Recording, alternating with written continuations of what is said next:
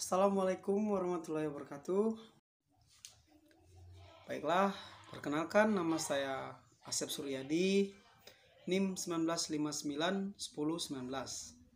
Terus kemudian saya lokal PGMI 5H. Di sini saya akan menjelaskan materi tentang karakteristik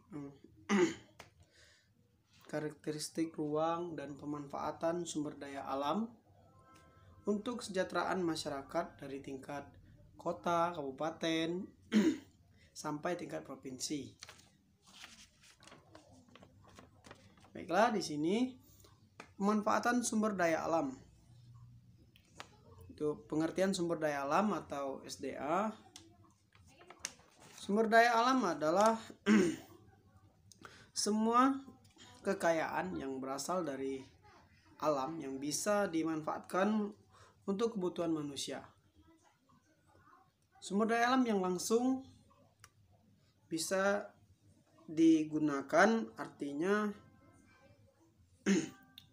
tidak perlu melewati pemrosesan. Kemudian yang contohnya itu seperti buah-buahan kayak gitu kan, dan air minum. Kemudian sumber daya alam yang tidak bisa digunakan secara langsung yaitu harus melewati proses. Yang contohnya itu seperti daging dan ikan. Kemudian sumber daya alam ini diciptakan oleh Allah Subhanahu wa taala untuk dimanfaatkan oleh manusia yang gunanya untuk memenuhi segala kebutuhan hidup. Manusia selalu memanfaatkan sumber daya alam di sekitarnya untuk memenuhi kebutuhan, karena setiap daerah itu kan berbeda sumber daya alamnya. Kemudian materi yang selanjutnya, macam-macam sumber daya alam atau macam-macam SDA. Macam-macam sumber daya alam berdasarkan jenisnya, yaitu sumber daya alam yang dibagi menjadi dua, yaitu ada hayati dan non hayati. Sumber daya alam hayati yaitu sumber yang berasal dari makhluk hidup. Contoh hewan, tumbuhan, dan mikroba. Kemudian yang sumber daya alam non hayati seperti sumber daya alam yang berasal dari bukan dari makhluk hidup, seperti matahari dan batu. Sumber daya alam berdasarkan sifatnya dibagi menjadi dua, yaitu sumber daya alam terbarukan dan tidak terbarukan. Sumber daya alam yang terbarukan di sini maksudnya yaitu sumber tersebut bersifat berkelanjutan atau berkesinambungan. Tetap adalah kayak gitu ya contohnya. Seperti sinar matahari dan angin. Kemudian yang tak terbarukan yaitu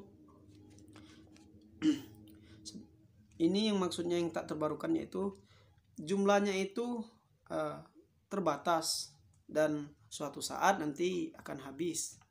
Contohnya itu minyak, emas, batu bara, itu kan kedepannya nanti akan habis.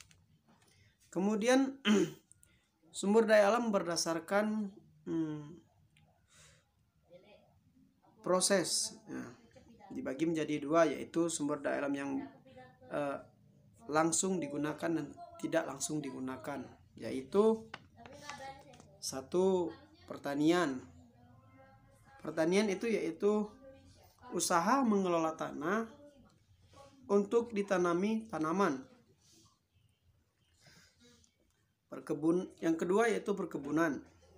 Perkebunan dapat dibedakan menjadi dua, yaitu ada perkebunan dataran tinggi dan dataran rendah. Contoh dataran tinggi di sini yaitu perkebunannya itu teh, kemudian cengkeh.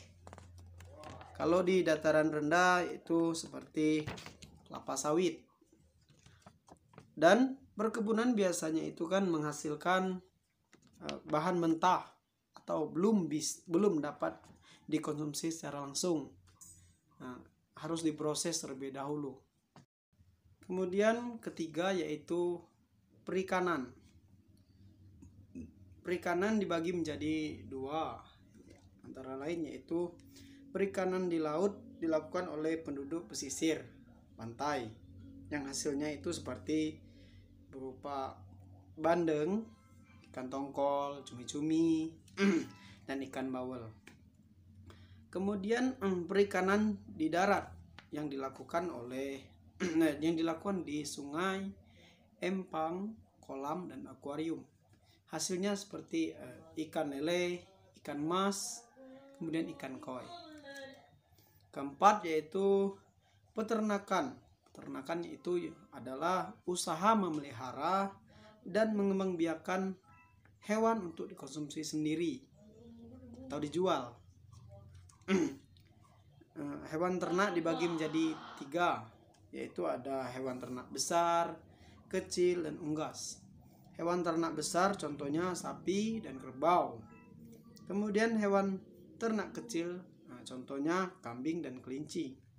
Kemudian hewan ternak unggas contohnya ayam, itik, dan bebek. Baiklah, itu saja materi yang dapat saya sampaikan. Jika ada salah, saya mohon maaf. Pada Allah saya mohon ampun. Saya tutup. Wassalamualaikum warahmatullahi wabarakatuh. Dan semoga video ini bermanfaat untuk adik-adik semua. Semangat lagi dalam belajarnya walaupun dalam keadaan kita diserang wabah COVID-19 ya. Semangat terus.